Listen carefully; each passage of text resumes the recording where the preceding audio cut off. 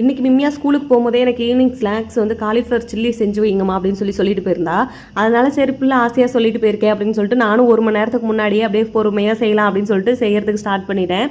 Cauliflower சில்லிக்கெலாம் நான் ரொம்ப பெரிய மசாலாலாம் கடையிலலாம் வாங்க மாட்டேங்க. வீட்டில் இருக்க கடலை மாவு, அரிசி மாவு, கார்ன்ஃப்ளவர் இதெல்லாம் போட்டே செய்வேன். ரொம்ப நல்லாயிருக்கும். பாப்பாலாம் ரொம்ப விரும்பி சாப்பிடுவாங்க. அதை வந்து மசாலா போட்டு ஆயிலில் ஃப்ரை பண்ணிக்கிட்டு இருக்க டைம்லேயே வந்து பார்த்திங்கன்னா கிச்சனில் இருக்க மற்ற வேலையெல்லாம் அப்படியே பார்த்துட்டு இருந்தேன். கரெக்டாக வந்து பார்த்திங்கன்னா பாப்பா வரத்துக்கும் நான் செஞ்சு முடிக்கிறதும் கரெக்டாக இருந்துச்சு. நல்லா சூடாக ஒரு டம்ளர் டீ வச்சுட்டு அந்த டீயும் காலிஃப்ளவரும் நானும் மிம்மியாவும் கொஞ்சம் நேரம் அப்படியே டிவி பார்த்துக்கிட்டே சாப்பிட்டுட்டு இருந்தோம். பட்டு வந்து பார்த்திங்கன்னா தூங்கிட்டு இருந்தனால பட்டுவோட பங்கை எடுத்து கிச்சனில் ஒரு பவுலில் வச்சுட்டேன். எந்திரிச்சோன்னே கொடுக்கலாம் அப்படின்னு சொல்லிட்டு.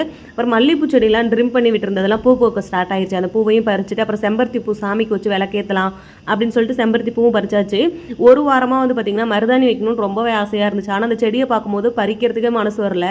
சரி இந்த மருதாணி செடி எதுக்கு வளர்க்குறோம், நம்ம மருதாணி வச்சுக்கணுன்றதுக்காக தானே வளர்க்குறோம் அப்படின்னு சொல்லிட்டு இன்னைக்கு வந்து மருதாணியும் பறிச்சிட்டேன். ஓகே.